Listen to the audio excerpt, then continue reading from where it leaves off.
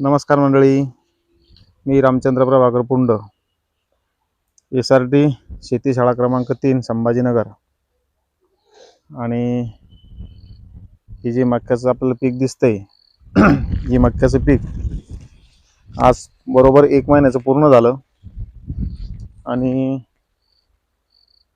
हे जे शेत आपल्याला दिसतंय हे SRTचं 5व्या वर्षातलं शेत आहे। आणि विशेष म्हणजे व्हिडिओ बनवण्याचं कारण एकच आहे, जेव्हा आपण SRT पद्धतीने शेती करतो आणि सतत एकाच बेडवर आपण वेगवेगळी पिकं घेतो, तेव्हा आपल्या जमिनीचा सेंद्रिय कर्ब हा वाढण्यास मदत होते आणि आपला सेंद्रिय कर्ब हा उच्च पातळीपर्यंत पोहोचण्यास मदत होऊन त्याचे परिणाम आपल्याला पिकामध्ये दिसायला लागतात। या ठिकाणी जे मक्याचं पीक दिसतंय आपल्याला, हे आज 1 महिन्याचं पीक आहे आणि ह्या पिकाला अजून कुठेही रासायनिक खत आपण टाकलेलं नाहीये। त्याचबरोबर कुठलीही रासायनिक कीटकनाशकाची फवारणी आपण केलेली नाहीये। जर आपण बघितलं तर सगळीकडे शेतकऱ्यांना जी लष्करी अळी असते तिचा खूप मोठ्या प्रमाणात प्रादुर्भाव बघायला मिळतो आणि आपल्याला शिफारस केली जाते की बाबा तुम्ही 21 दिवसानंतर तुम्ही लष्करी अळीचा स्प्रे घेतला पाहिजे। आणि आपल्या बियाण्याला गावचे हे औषध लावल्यामुळं 21व्या दिवशी आपल्याला त्या औषधाचा स्प्रे घ्यावा लागतो। परंतु या ठिकाणी असं दिसतंय, या मक्याच्या पिकाला 1 महिना अजून आज पूर्ण झाला तरीही या ठिकाणी कुठेही आपल्याला लष्करी अळीचा स्प्रे जाणवत नाही। त्याचं कारण असं आहे की आदरणीय कृषीरत्न कृषीभूषण चंद्रशेखर दादा भरसावळे यांनी एका व्हिडिओमध्ये असं सांगितलं होतं की जेव्हा आपल्या जमिनीत सेंद्रिय कर्ब वाढतो आणि शुगर वाढती, तशी ती शुगर आपल्या पिकामध्ये येते तर पिकाची इम्युनिटी पॉवर ही वाढती आणि पीक हे तंदुरुस्त बघायला मिळतं। आणि तंदुरुस्त पीक असल्यामुळं त्यामध्ये किडींचा रोग प्रादुर्भाव सुद्धा होत नाही। तर नक्कीच ते आज या ठिकाणी त्यांचे जे शब्द आहे ते आज खरे होताना दिसत आहे। आणि या मक्याच्या पिकाला बघून असं वाटतंय की स्वतःची इम्युनिटी इतकी स्ट्रॉंग आहे की यावर कुठलाही लष्करी अळीचा प्रादुर्भाव झालेला नाही आहे आणि कुठलंही याला अजून खत वगैरे आपण टाकलेलं नाही आहे। तरीसुद्धा एवढी चांगली परिस्थिती असण्याचं कारण म्हणजे की ह्या मका पिकाला आणि ही शेती ही आता समृद्ध झालेली आहे।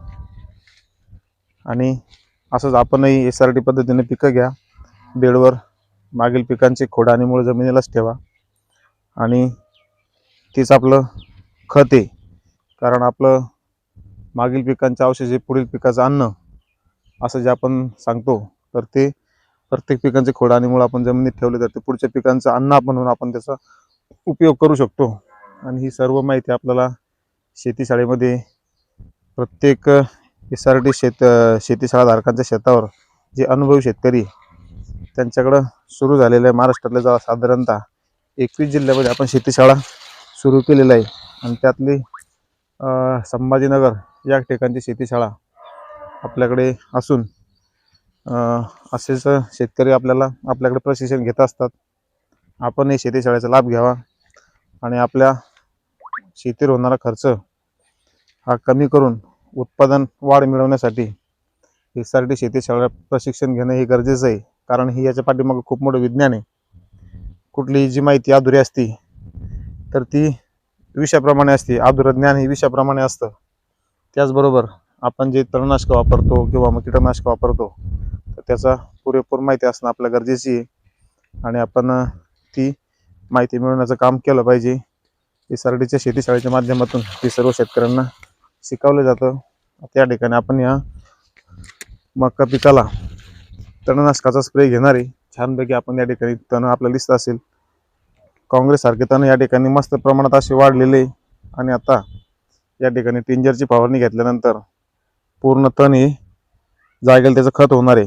म्हणजे या ठिकाणी शिकण्यासारखी गोष्ट अशी आहे मित्रांनो की साधारणतः 1 एकर क्षेत्रासाठी जेव्हा आपण टिंजर फवारणी करतो, टिंजरची जी किंमत आहे साधारणतः ती 1400-1500 रुपये असेल। परंतु अशा परिस्थितीत जर आपण टिंजरची फवारणी केली तर तेवढ्याच पैशाचा सेंद्रिय कर्ब त्यांना आपलं वापस मिळू शकतो. म्हणजे जेवढे आपण पैसे या पिकांना खर्च केले तेवढ्यात त्याचा आपण वापस सुद्धा तणांच्या मदतीनं सेंद्रिय खत मिळवण्यासाठी आपल्याला ते कामी पडतं. तर खूप छान परिस्थिती आज या मक्याची. एवढे बोलतो आणि थांबतो. धन्यवाद.